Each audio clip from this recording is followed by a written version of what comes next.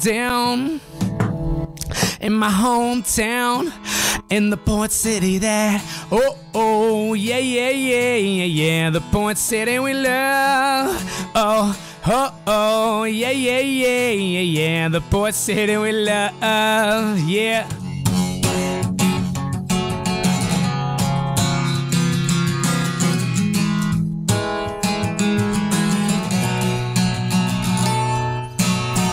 It's the port city, or some call it the brick city, the 209 Tullyburg, the Mudville gas city. But it's more than a name, it's the people that you meet. You stay here for a week, you'll have a second family, yeah. We're full of folks going hard in the paint to promote community and bring a smile to your face. Creativity inducing, got 1850 cruising ardent up and down the town, covering walls with their beauty. If music's yo scene, we got taste for every palette, from punk shows to hip-hop and classic symphonic. Stockton's got it, yeah, Stockton's got it, Stockton's got it. You better believe it, yeah, y'all, cause Stockton's got it.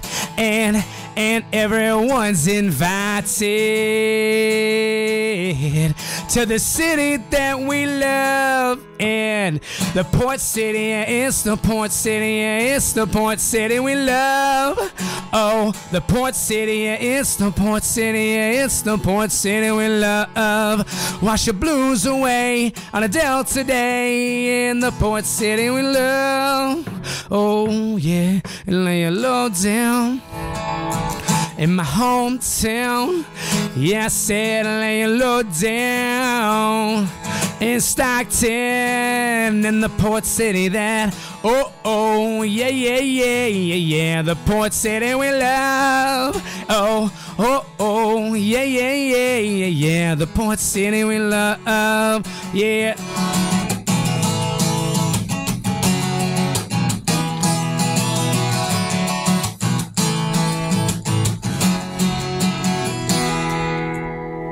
All right. Thanks, man. I love that song.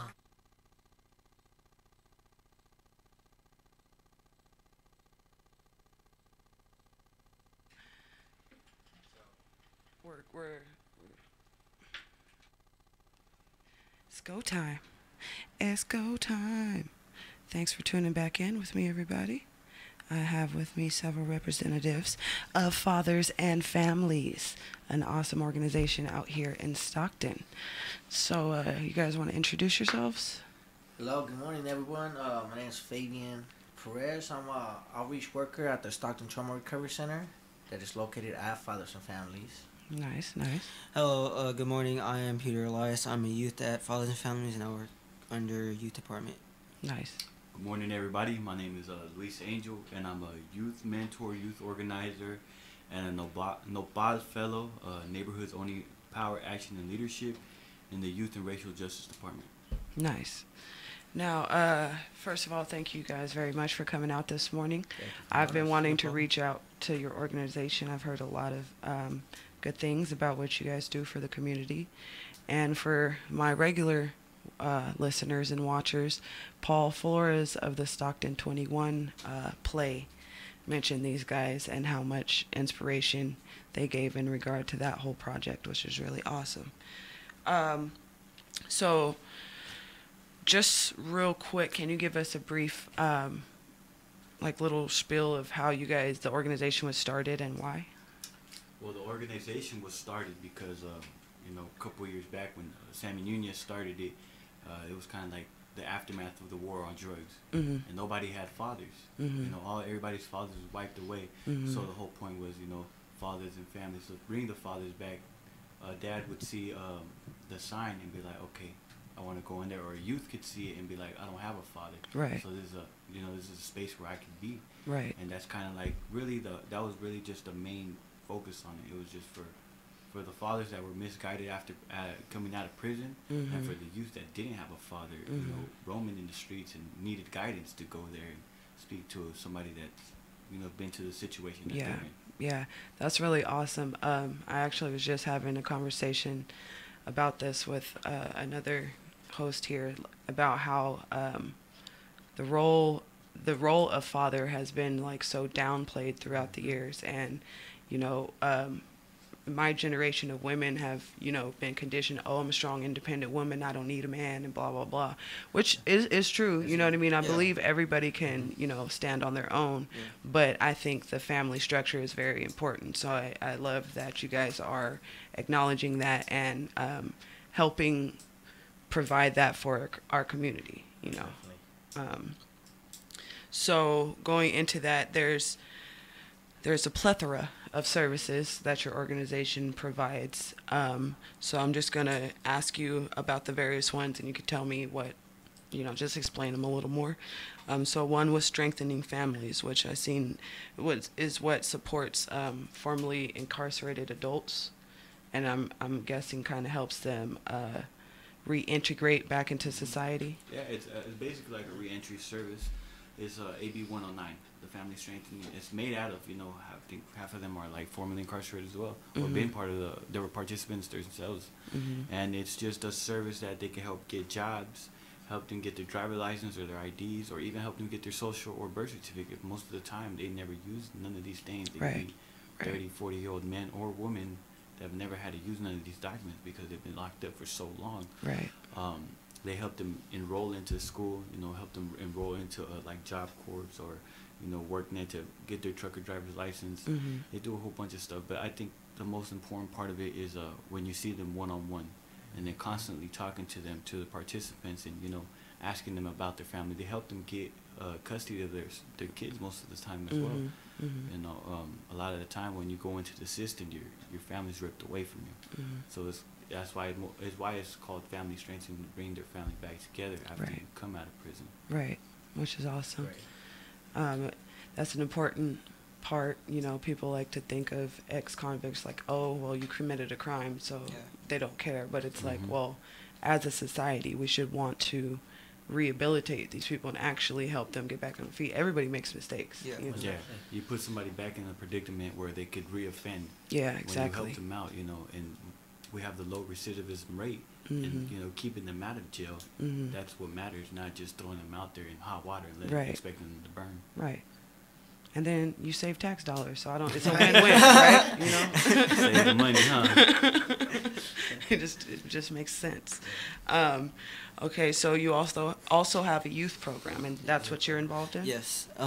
So the youth program, he's one of the mentors / advocates in it, and we also have a few other people by the name of Foley, Raymond, Angelica, and I may be forgetting some other people. But yeah, they give mentorship. They go and advocate for you in court. Nice. They have a class called Hope and Noble It every Wednesday that I attend, and yeah, but so I'm basically speak on how it helped me a little bit. So when I got there, I needed some help, some guidance. I needed someone that I can look up to as a father figure, and when I got there, I met Foley and Raymond, and I had sat down with them, and they gave me a plan, and they told me what I would be doing while I'm there. And since then, I've built on that. I've grown through that, and they helped me with certain situations. And then now I have multiple father figures there, like Luis here, Raymond, everyone that even isn't in the youth department. You've built a community. Yeah. That's awesome. Yeah, That's awesome. what basically is developed off of is we teach them about lobbying, taking them to the state capitol, and push for these bills that are going to benefit us. Because most of those times they're making bills for people of color that nobody's there. Yeah, nobody's exactly. there. Why are you making decisions about us when we're not there? Yeah. But like he says, you know, we're that male role model. Right. And then I could get in close proximity with them because I've either been locked up with them or I ran in the streets with them. And when they see me change, and I could tell them and I influence them, you know how I was in the streets, you know. You could come out and you could do the same thing. You could change. You could do a whole 360. Right. And they kind of see that, you know, it sparks something in their mind. We help them sometimes get jobs there, you know, or even give them stipends here and there, you know, for volunteering, you know, because that's what kids need nowadays. It's like in the society, their focus is on money. Right. And it's crazy and it's not good, but how do we keep But them I off mean, of the that's how the streets? world works, you know what I mean? It's not just, that's you know. that's basically what they teach you in school. You know, you need to have a good education in order to have good money. Right. But when they have so much trauma, they can't focus in school. They can't stay in school. They can't concentrate. So a lot of the time, they're just there. They learn. I know for me personally, I've learned there more than what I've been in through my whole entire school years. You know, because it's hands-on. You're learning about real life, and you're learning how to speak. You're learning how to present, conduct yourself in a professional manner. Right. That's how kind of how I went in. I went as a participant as well, as a youth that was locked up, and now I got kind of graduated into a staff member and was able to get mentored by the older people in there, because we have to respect our elders and listen to them. You know, and it kind of is like that cultural healing that we try to teach them.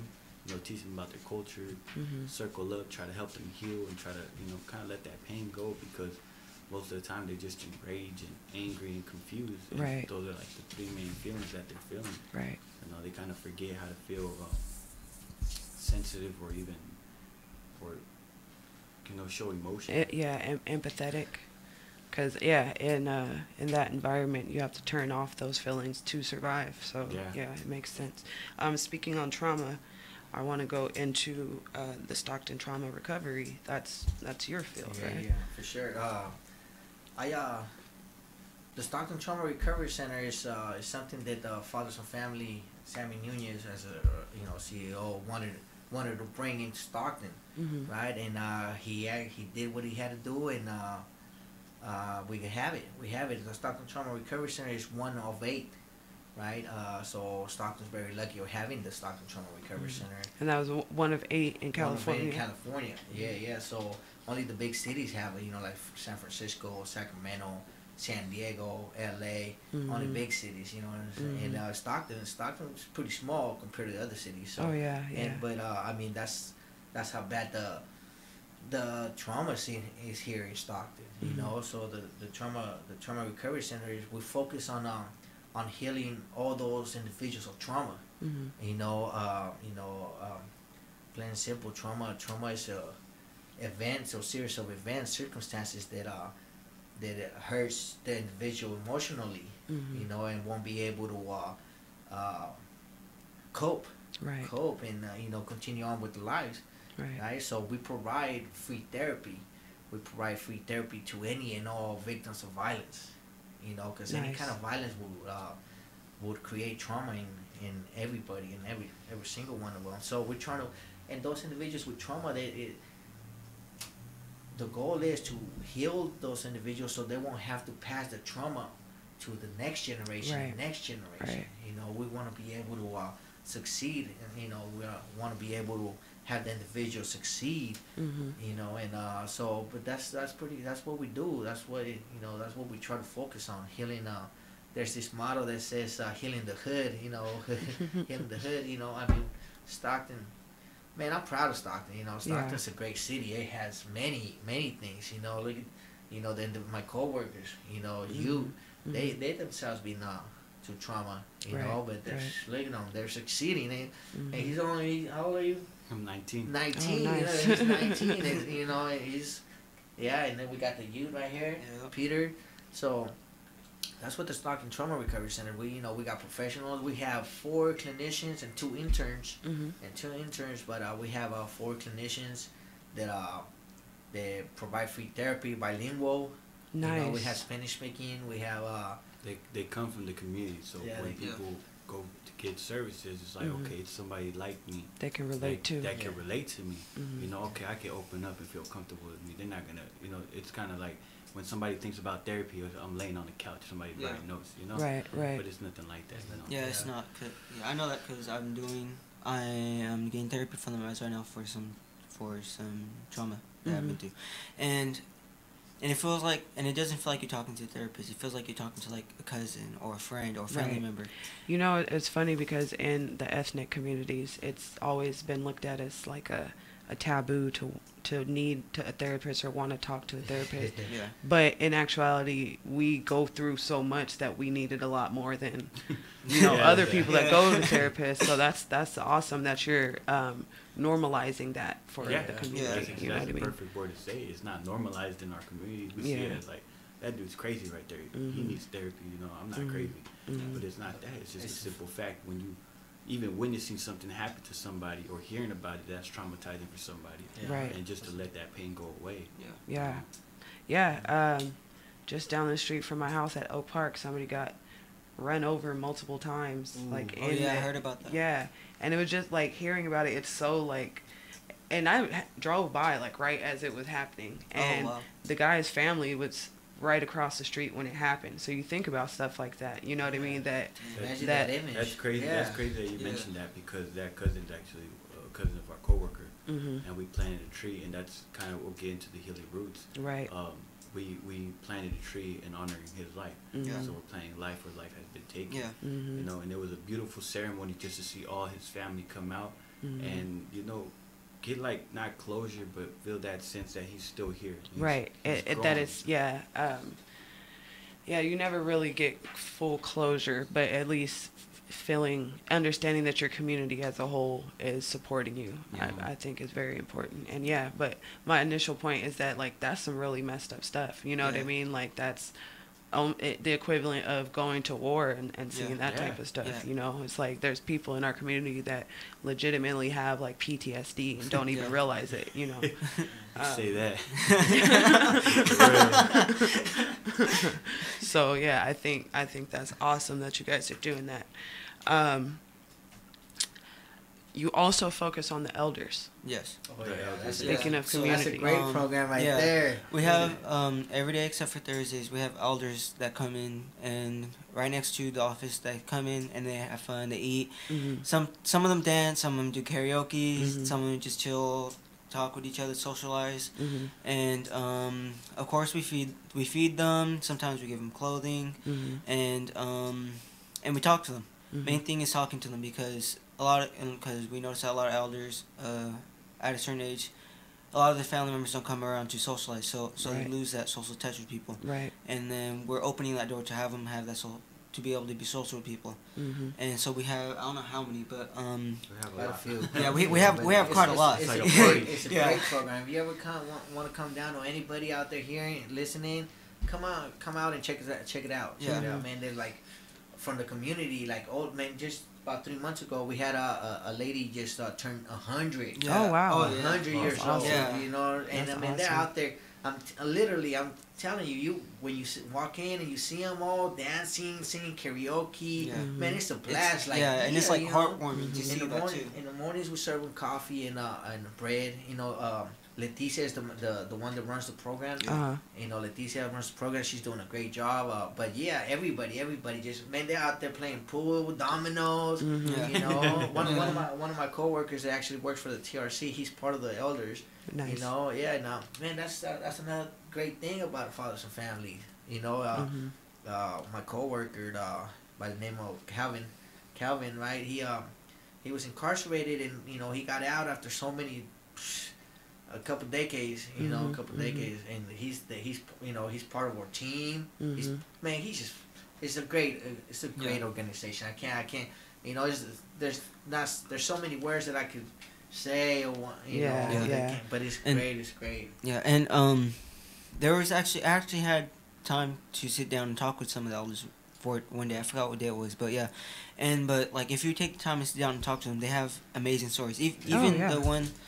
Even the one that just turned 100, it's crazy to hear how Stockton was 100 years ago, or like a certain time, a long time ago, to compare to now, and it's just crazy. Yeah, that's, you know, I really admire like Asian cultures for how close they are with their elders and how important. So I love that you guys are getting that back into our community. But yeah, I grew up, and I still go to my grandma's, who's, you know, almost 80, and my cousin is 85, and sit and listen to them, because it's crazy to hear how it was different, but it's also crazy to hear how people are the same. You know what I mean? It's like the same, like emotional, like struggles, the same, different. You know, it was played out in different ways, but and it's crazy because like I forgot which one, but it's like sometimes some of them you hear like the same exact stories that you had in your life, and you're like, oh wow, they actually went to that, and I can relate to them, like, and it's crazy, like you never think that you can relate to someone that age, but you can. I think once youngsters realize that it's easier to take advice from older generations, you know what I mean? And that's kind of like the blockage that people have, like, oh, you can't tell me, like, you don't know my life. But it's like, sorry, yeah, they do. And plus 80 years, like. But that's awesome. So I know a couple things that you guys have got a couple events coming up. Yes. Oh yeah, most We actually have one coming up today, actually, too. What's going on today? Yeah. We have a kickback. Yeah, back to school today at McKinley Park. Do you have no more information? Kind of just like That's what, on El Dorado? Yeah, McKinley Park, but And there on El Dorado and A Street, we have from 3 to 6. We have a back to school kickback where most of us gonna be out there. Yeah. You know, we're gonna be out there playing games. You know, just reading activities. Activities for the youth, we have prizes for Nice. a game that they play. You know, 3-on-3 basketball, handball tournaments, stuff like that. You know, trying to get the kids activated. Yeah. Right. And a good way to outreach to them and bring them to us. Right, know? right. Nice. Yeah, so that's gonna be great. There's that, and then you guys also have a gun violence summit. Yes, we coming do. We have a gun violence summit, and it's also in honor of a youth that we had when Father's Families by the name of Brandon Harrison, who sadly on October 15th was actually a victim to gun violence. And so we have it in his name because he also wanted to stop gun violence too. So yeah, if you guys want to speak. And so is that on October 15th? No, this on October 15th on Monday. It's gonna be from 10 to 7. From 10 to 7 at the Civic Center, all free. We'll have lunch and all that, but the main, you know, also besides like Peter said, you know, about Brandon, we also trying to we'll have a panel of the most impacted fellas, you know, and females by gun violence. You know, we have a panel of them, of the survivors. You know, and we also have a panel of the community organizers. Right. You know, and the whole goal for this is, you know, to raise awareness and gain a better understanding of how to create and sustain change that improves public safety and promotes individual and collective healing. Right. You know, so we're gonna have. Plus, we have other events. We have performers. We have I believe I don't know, Jay Black. Jay Black is a local rapper. Okay. You know that he'll be out there. We have some sport. Well, man, we'll have a great time out there. Very informative and a great time. But it's nice. That gun violence event, I think, is very important. Yeah. Because you don't know who's been affected by it. Yeah. And plus, it's starting to happen a lot often now. Yeah, and that's the thing is, that's so much more common. Even though, you know, the media presents these mass shootings. Yeah. What really happens on a day-to-day basis is our actual community. You know what I mean? So I think that, because I'm actually, I'm not of the camp of like, oh, take everybody's guns away, but I am in the camp of, can we just agree? Can we just stop shooting each other? That's so much simpler. This will be our second annual, you know, event or summit and gun violence. You know, or some, you know, it'll be our second year. But like I said, you know, we'll have a couple, you know, a few different panels that you know, the most impacted ones, you know, the survivors, you know, slash victims, you know, and the community organizations that we're out there, like, you know, we're out there in the front lines, you know, we're out there at the daily basis trying to heal, you know, trying to help, you know, former incarcerated individuals, the youth, you know, which is, you know, we just trying to avoid or gente, you know, going into the systems, or going into the cemeteries, right. You know, so I think this would be a perfect time to talk about the AB 1639 because, you know, most of the time, victim of gun violence, they don't receive no services. Right. You know, we're labeled as gang members, as what did you do to ask for it? You know, and it's crazy because we sponsored this bill and we got it passed. Nice. So that means that anybody that's even gang affiliated, they're not going to be denied services to relocate or pay medical bills or whatever the case might be, even for immigrants, because we feel that it's the right humane thing to do. Right. You know, everybody should receive these services. For example, like me, when I was 17 years old, I got shot. I was never informed about it. You know, I was never informed about it, and not only that, I was locked up.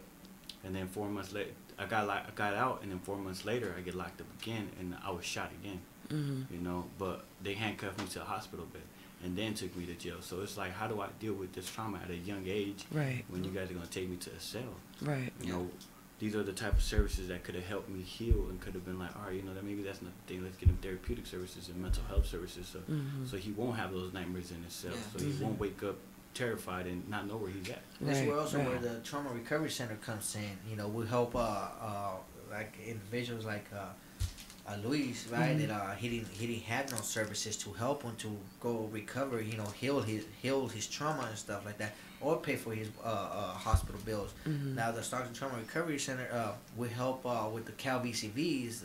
It's a victim compensation board, right? Where we help, like Luis was saying, you know, we'll try to help individuals relocate, and that's what the bill passed. Because before we weren't able to help those that supposedly were gang members and stuff like that, or undocumented. But now we're able to help everyone. Right. You know, we're able to. So that bill, you know, it was great. It was very important for the community of Stockton and the whole San Joaquin County. Right. You know, so we're able to help. We're able to, you know, it's sad to say, but you know, we're able to help bury the loved ones of, you know, of other ones, which that's where we're trying to avoid. That's where we're trying to get this you know, this event. We're trying to have as many people as come the end gun violence. Right. You know, we ain't trying to fill up applications to, you know, help a family member get buried. Right, You know, right, but I mean, we're able to do it though. Yeah. You know, and that's where the bill comes into play. Right. You know, that we're, even if they were gang member or undocumented, we're able to do that. You know, and we have, you know, we're able to help with the bills, relocate, and many more. Right. But yeah, man, we also have on October 14th, before the end of the gun violence event, that Luis would let you know a little more about The that. Welcome Home Resource Fair. Yeah, Welcome Home Resource Fair is kind of like a mix between family strengthening and then the Youth and Racial Justice Department. Okay. Family strengthening is going to have, I believe, a tattoo removal Okay. and expungement clinic there, you know. Nice, and then also, nice. you know, an outreach way to So come get your and face use it. tattoos removed, y'all, please. There we go. Yeah. Stop. Yeah. Stop putting tattoos on your face. And as well, you know, after, you know, it's going to be a mix, and then we're going to be presenting who pays the true cost of youth incarceration. Okay. And it's a YPAR project, a youth participatory action research project that Peter and then 4 other youth and me as well were working on during the summer. We had hired on these youth to develop questions, to conduct interviews, and, you know, kind of give ideas on how this video should look. Right. And Right. we interviewed the most impacted, you know, the kids that were going to juvenile hall. We also wanted to get the inside view from, like, the moms, from the little brothers, the moms that cry every day, you know, knowing their son's not there. And for the little brothers that ain't got no dad but look up to their older brother or uncle. Right. You know, what happens to them. And then as well, we all wanted to interview system leaders. We have a correctional officer, a former correctional officer that we interviewed. We had Stephanie James, our chief of probation, that we interviewed. Nice. We had a DA that we interviewed, and a public defender. Okay. So it's kind of just getting, like, insight, like, well, what are your feelings towards this? What are your feelings towards that? And we put it all into one video. Put your phone on silent. You're on the radio.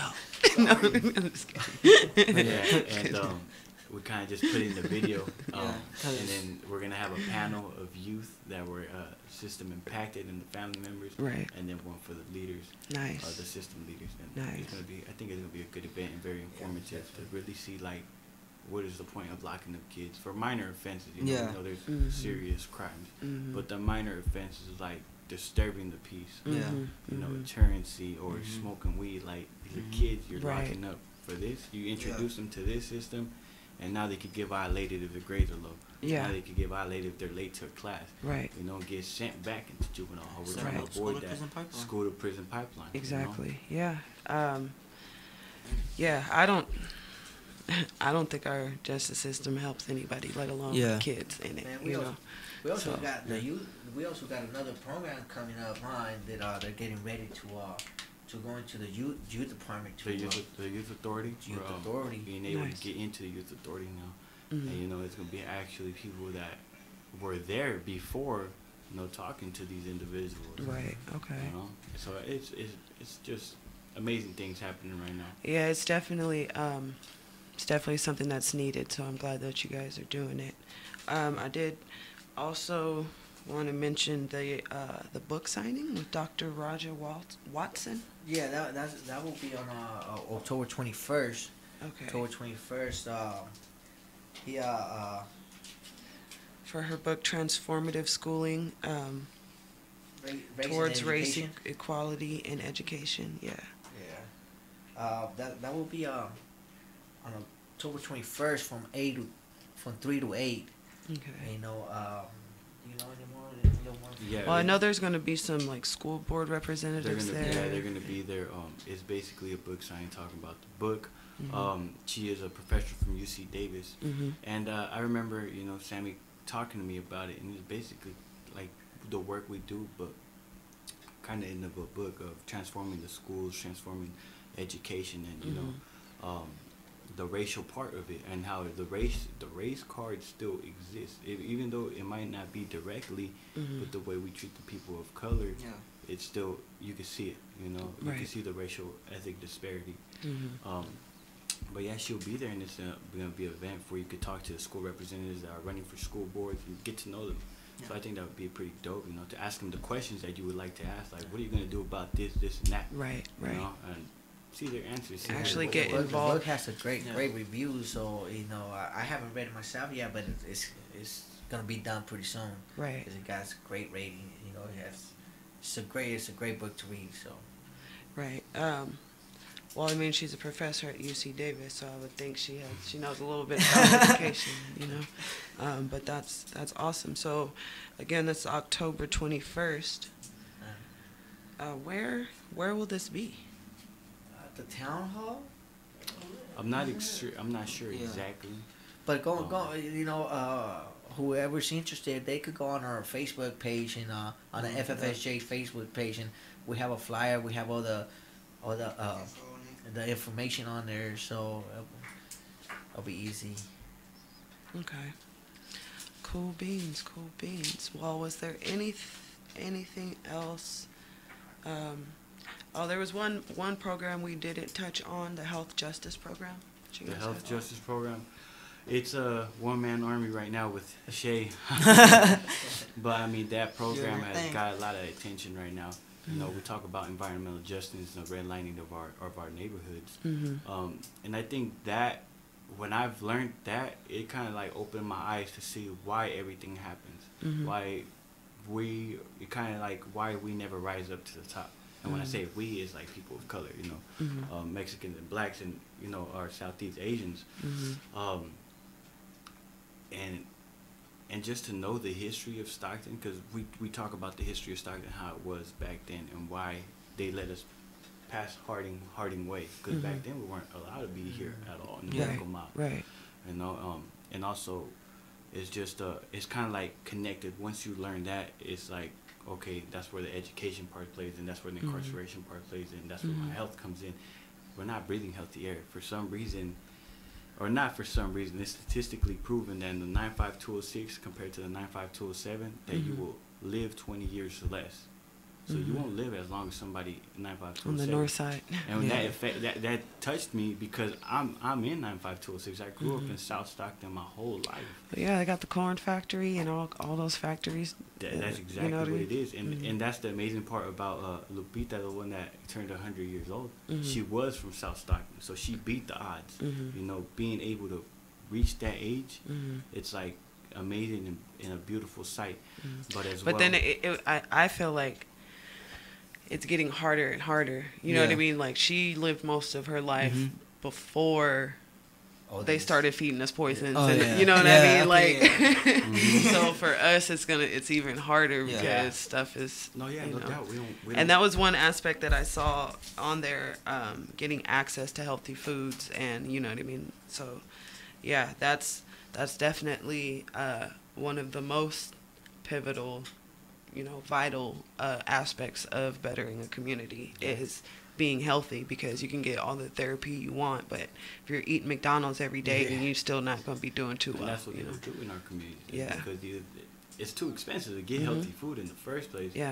And if you're a single mother working with 2 jobs, you're still struggling to get food. You get food stamps. They're only giving you $100 and some for 4 people. And if you're working 2 jobs, you don't really got time to cook a nutritious meal. Exactly. You know? It's crazy because I talk about that with my girl all the time. We have a son, and we're like, damn, we want to buy healthy food to stop eating out, but it's like it's too expensive. And our food, that's only gonna last if we waste all our food stamps on that. Our food only lasts us for like a week, week or 2. Right. And besides that, too, though, the grocery stores where they actually sell the vegetables and fruits are kind of far away in a lot of our communities. It's called food deserts. Because I know the part that me and him grew up in, like we grew up in different parts, but like they're like the nearest healthy grocery store is like you have to walk a while to it, and the closest store to you is a corner store which has like junk food, and it's not healthy for you. Yeah, I grew up over near 8th and B Street, they finally got Rancho San Miguel, years ago, but before that was there was nothing. Yeah. And even that's far. If you don't have a car, that's a walk. Because I remember when I used to live out east near the Wilson Way Flea Market, and there used to be Central Mart there. When Central Mart was around, I remember that, and we could go to it, but it was such a long walk because it was like the next neighborhood or 2 over from where we lived. So instead of doing that, we had like a corner store right down the street from us, and we had to pick and choose every day. Do I want to make that long walk to Central Mart or make that short walk to the corner store, which always ended up me having walked to the corner store because it's the closest thing, and it's the fastest thing to get food to my mom and my sisters. Right. And it's like now since I moved, it's because I moved out to the Western Ranch, and it's crazy the shift change in the environment, where it's like I don't hear like all the gunshots going off. I don't hear all the sirens going off. Right. And it's taking me time to adjust to that because I got used to sleeping and hearing, which is not normal, which isn't a good thing. Sleeping, and I got used to hearing fireworks or gunshots going off, and I literally knew the difference between a firework or a gunshot. Yeah. And it's not a good thing. Yeah. And it's a good thing that I moved, but at the same time, it's like I feel like I could have done. If I would have stayed where I was, I could have helped that community a lot. Right. And I know I still can. Yeah. And it's you can't help other people until you help yourself. So. Yeah. There you go. And it's crazy because where I live, you have food flesh at your disposal now. Where I live now, but over there you have a corner stores, and it's like I used to have a corner store here, and then I go down a few more blocks, I have another corner store, and I have another corner store, and another corner store. And it's like, we have all these corner stores, but why can't we replace those corner stores with healthy marketplaces? Yeah. Real quick, the book signing is at SJ Council of Government on October 21st. Awesome. For all you listeners that are not on Facebook. Where I live now, I live right by Alpine Market on California Street. And when I was young, it was actually a market. There's a meat counter. You can get actual groceries. Yeah. And over the last 15 or so years, it's one of those places that everything in there is stale. Wow. You know what I mean? Like, there's nothing but junk food. Yeah. Like, there was a little, a connoisseur moved in for a little bit, but they bounced out north shortly. So, but yeah, it's crazy. Access to food and how deep that goes into and it's manipulating people. It's like they can change it, but do they really want to change it is the question. Right. They don't, because they make too much money off it. Yeah. And this is my personal opinion. It's not affiliated with KXVS. Had to make sure you say that.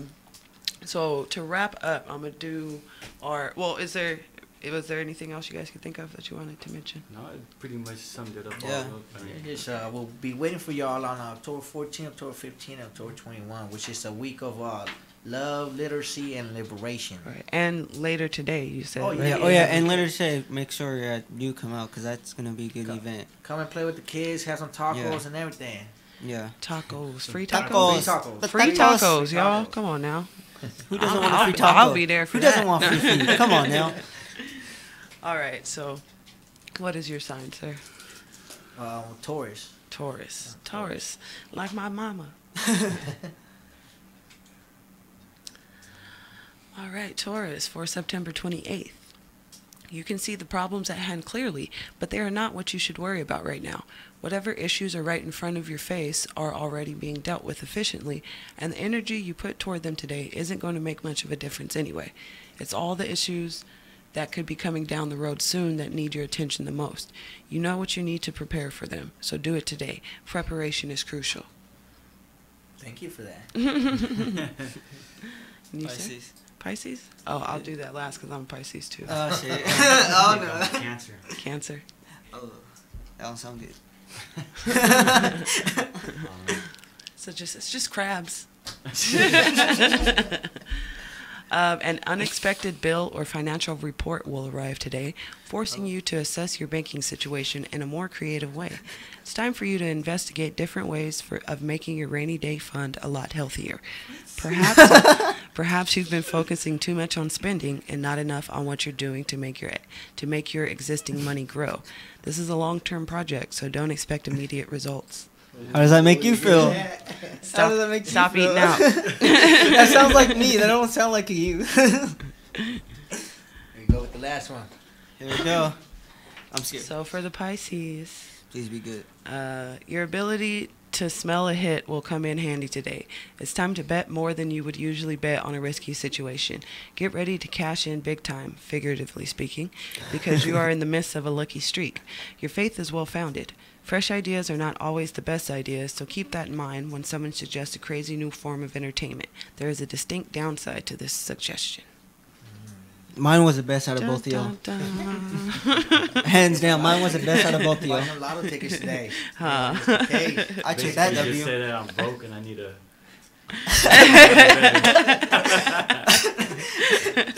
That's for most of us, though. So. I took that fat W. I'm happy with that. I'll take that. All right, guys. Well, again, this was Peter, Luis, and Fabian of Fathers and Families.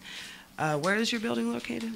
338 East Market Street, downtown, right near the welfare office. Right behind Okay. the welfare office. So, if you're already at the welfare office, you might as well stop by because you probably need some resources that they provide. Come and see us. Come and see us.